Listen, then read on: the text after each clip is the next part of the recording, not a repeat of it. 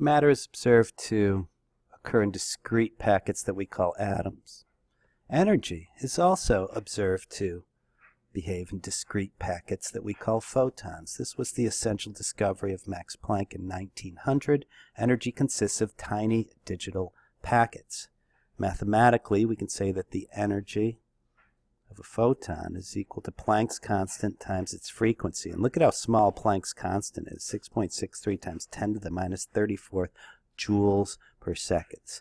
Now you might be working with frequency for, say, visible light, or you might be working with wavelength. Since frequency equals the speed of light divided by its wavelength, you could also express this as hc divided by lambda, where c is the speed of light and lambda is the wavelength. That'll be very convenient. Let's go ahead and solve a couple problems.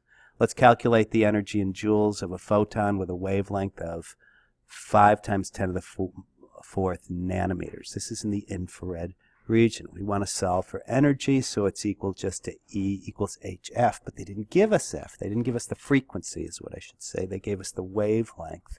So if you want to pause this and solve it on your own, that's always good practice.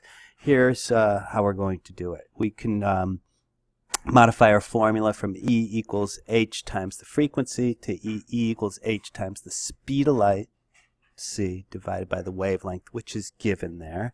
And if we're going to use good units, we need meters, so we're not going to say 5 times 10 to the 4th nanometers.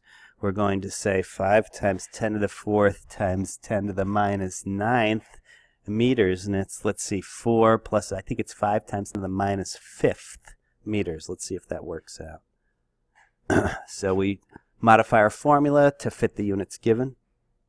And they just went ahead and changed it on the fly. See how this should give us what I said to before.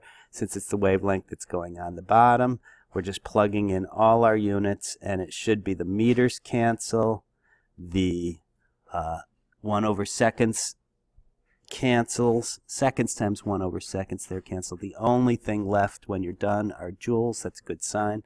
And here it is for another question. They give you the wavelength. Again, it looks like the same kind of a problem, only we would have 5 times 10 to the minus 2. That's 0.05 nanometers there. And they safely converted within the equation, and in this case it's 3.98 times 10 to the minus 15th joules. Check that with your own calculator, see that it works.